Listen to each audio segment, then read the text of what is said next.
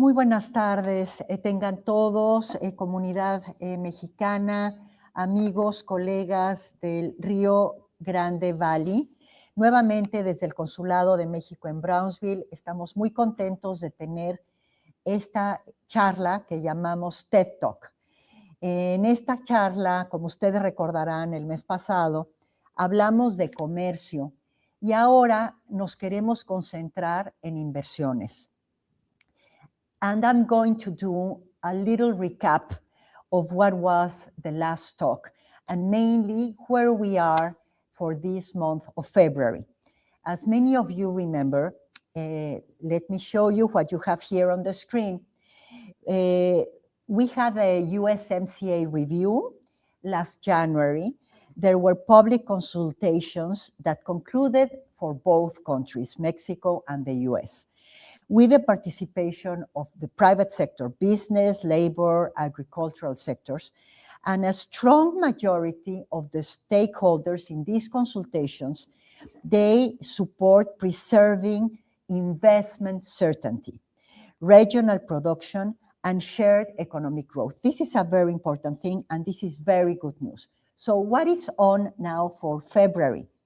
We will continue advancing on a focused, constructive review of the USMCA, especially to align rules to prevent asymmetries in strategic sectors like automotive and aluminum, and to preserve, modernize, and strengthen the agreement for a greater North American competitiveness. This effort, and you have to be confident of that it will protect jobs, reinforce regional supply chains, and ensure fair conditions for US industry and workers. A stronger economic partnership with Mexico means greater growth, certainty, and resilience at home. So, having said that of the recap, we will go now into what we are going to talk today, which is foreign direct investment trends and why Mexico can support with this growth of investments, how we support employments as well in the North America region. As you can see here, Mexico in 2024 was the largest mergers and acquisitions market in Latin America, concentrating 40% of precisely of the transactions. This is important because there is a confidence of worldwide investments to come to Mexico. Here you have these two columns in red and in green. In 23, we reached $36.5 billion. And in 24, that increased to 37. But for the third quarter, here you are, of 25, these $37 billion now reach a record of $41 billion with an increase of the 15% considering 2024. What is happening? Mexico, with the Plan Mexico in 2025, President Sheinbaum started a portfolio of domestic and foreign investment, you have it here, that has increased only for 2025 from 227 billion to almost 300 billion. And that includes 2,000 business projects. We, the government of Mexico, the Consulate of Mexico in Brownsville, we want to invite you to be part of that growth. We will go now to a little detail. Where is that investment landing? Well, mainly specialized manufacturing. 54% of FDI is going to transportation equipment. You have it here, 50%, beverage and tobacco, computer equipment, chemical and basic metal industries. You have it here in colors of the main manufacturing. Of course, there is investment going to financial services, transportation, wholesale, mining, retail. But manufacturing is important because even if it goes to manufacturing, if it is the case of US industry, we are buying the capital components, all the supply chains for this manufacturing. So if we try to see which are the main sectors that are working for this, well, mainly this industry is becoming an export industry. So that is very important to know that the main one, you see it here, is the third largest exporter worldwide is automotive. Then Mexico has become the fourth largest exporter medical devices, seventh exporter in agribusiness, and 10th in metal mechanics. As for electronic, we are also 10th, processed foods 9th, 10th, leading companies. And then we have aerospace, 12th position, pharmaceutical, 12th world position. These sectors that you have seen here are very similar to the main important sectors of the US. Now, within these sectors, we have another area that are specialized services. And in specialized services, the digital-focused FDI, Mexico captured the 32% of all of Latin American destination of foreign direct investment. Here you can see on this side, on this column, not only the main companies that are, many of them are US that came to Mexico in this 32%. This is a win-win because also US industries that are based in Mexico are getting the support of this digital world. Now everything technology is a great factor for development. So what is the future like?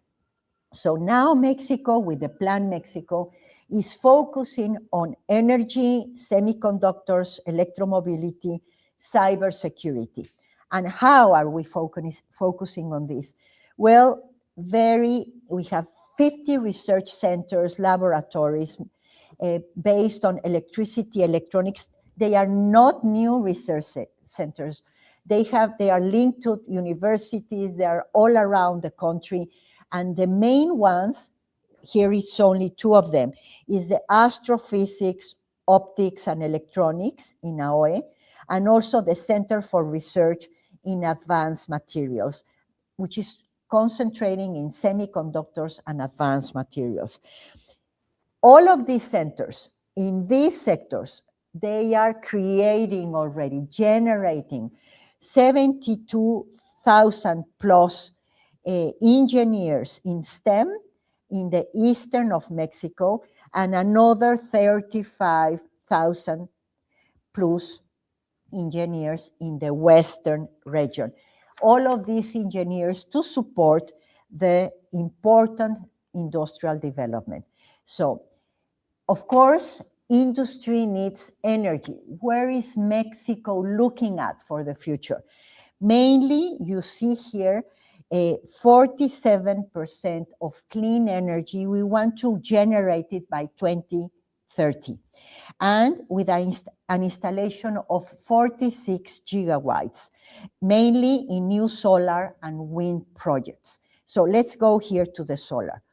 16% of the total capacity will be added by 2027 because we are a country with a great solar energy generation in the world. Approximately 5.5 kilowatts per square meter a day is the average solar insolation that we receive. Then, as I said, on the wind side, Mexico will have a 20% capacity, even greater than solar in wind, in places like the Isthmus of Tehuantepec, which is the closest part of the two oceans, the Gulf of Mexico in the Atlantic and the Pacific, with an average speed of 8 to 10 meters per second. We plan to double this potential and put all of this power for the source of industry. So all of this FDI, of course, it is being fueled by a very important infrastructure network with ports, 118, and terminals, railway, plus 27 and a half railway network, roads, 189,000, 50 custom offices here with the US, 18 with the US, and 80 airports. So with all this infrastructure, you can see it here in the maps, the one on the left, it's ports, the other one is the highways, and then here you see the airports, and on the right side, the railway. The idea is that all of this infrastructure is supporting also North America. As you know, planes not only land in Mexico City, they land in many of the other industrial cities or tourism cities. So we are happy to grow all of this infrastructure. You will see here, now I'm presenting you, what is the other key strategy of Mexico to bring investments and to support investment for the region, not only for Mexico. These are the bilateral investment treaties.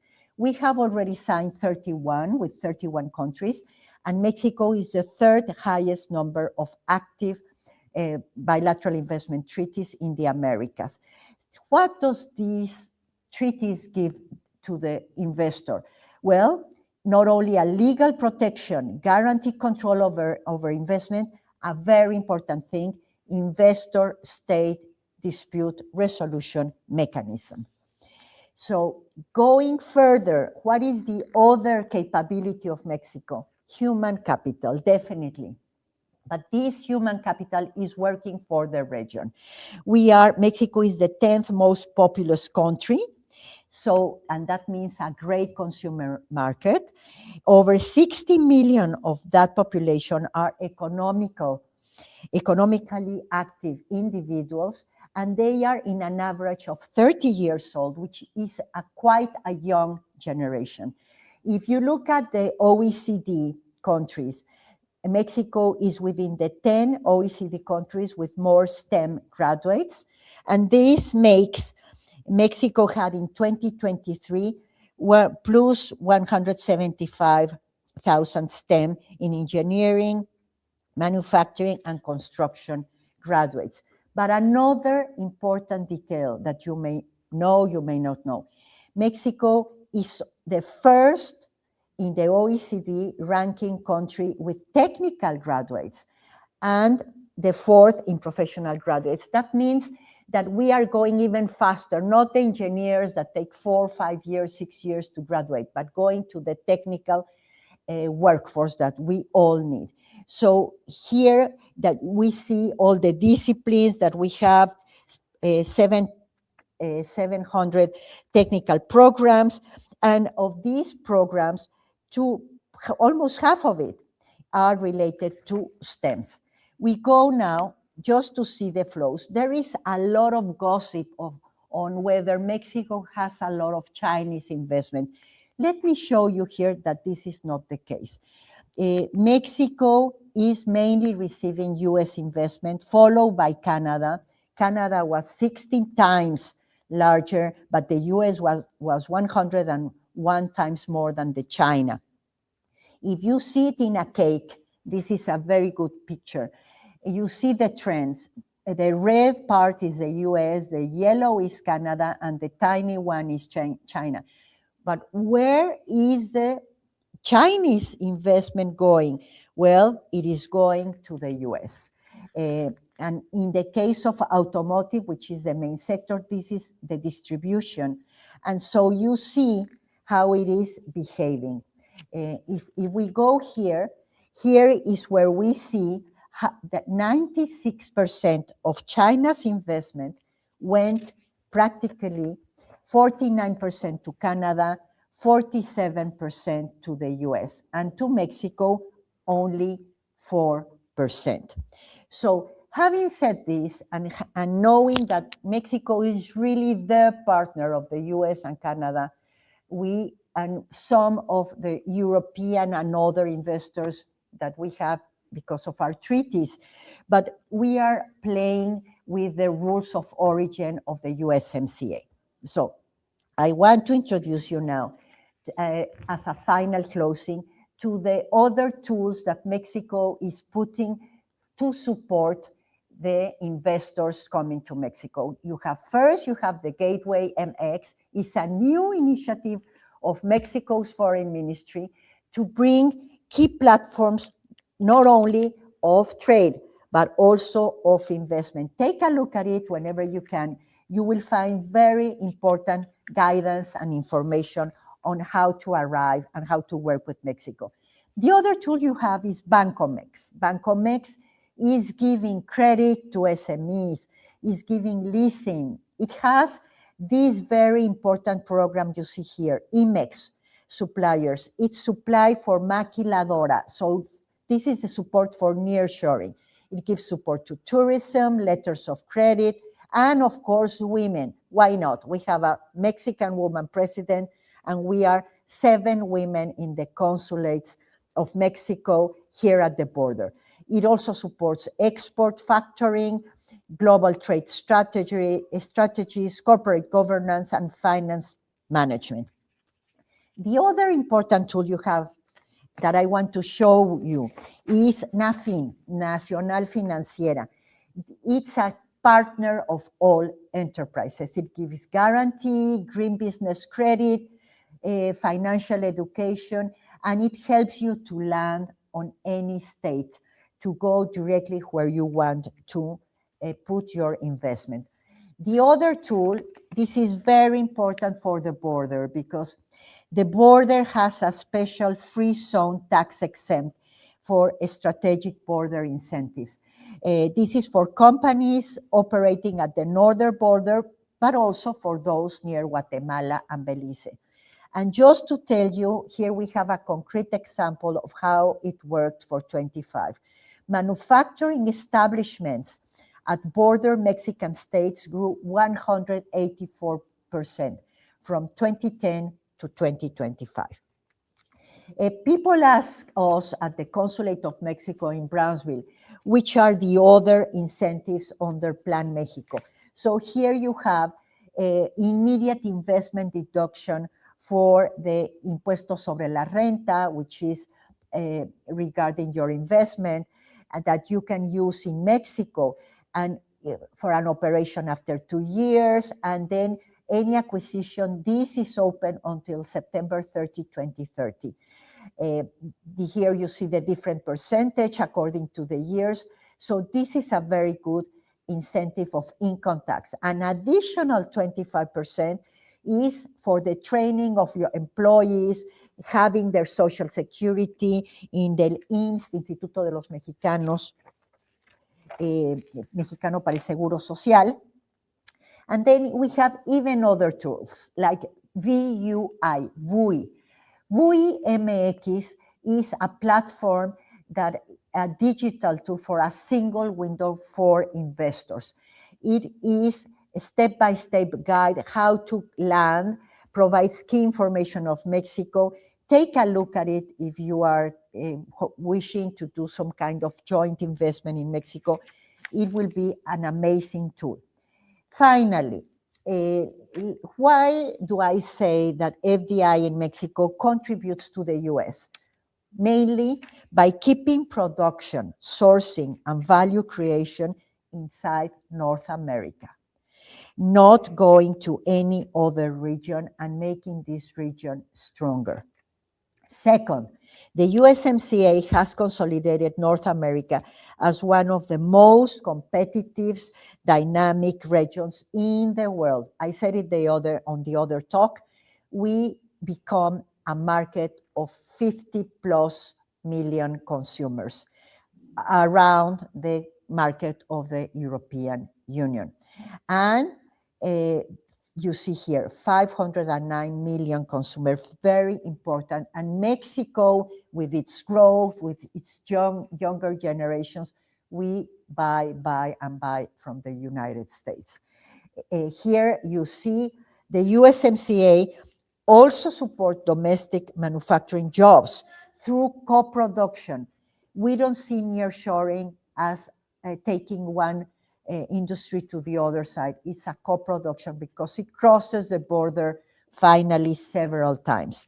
This co-production, again, is not outsourcing. Mexico manufacturing strengthens American factories, farmers, and suppliers. Our integrated production makes the U.S. economy more competitive in world markets. Again, a Mexico-U.S. economy integrated in all of these sectors that we have discussed means that job creation has a multiplier effect, and this is real. For every 3 jobs created in the U.S., for every job created in Mexico, you have 3 U.S. jobs created on the other side of the border for the U.S. Finally, regarding FDI, just to close again with the topic that we started this afternoon, Mexican investment in the U.S. has created, this is the other way around, Mexico investment in the U.S., okay? We have created 133,000 jobs per year since 2011. This is very important. And also, regarding, I'm going down to the border. This is because I'm here in Brownsville, Texas. The NAFTA-USMCA treaty definitely is the lifeblood of communities along the 1,200-mile border between Mexico and Texas, which is more than half of the border of U.S. and Mexico. By 2022, it had allowed 27 Mexican companies to come to Texas to invest and develop 35 investment projects, bringing $3.5 billion to Texas and creating 5,364 jobs. Just an example, one of these Mexican companies is Grupo Cementos de Chihuahua, a world-class producer of concrete. Concrete is so important. Not every country produces cement, concrete, and other construction solutions. And Cementos Chihuahua was awarded one of the top 25 projects in Texas in 22 with an investment of $350 million in Odessa. Dear friends, dear colleagues, I will open a space for questions, but just to tell you, Mexico is really part of the solution. We are not the problem.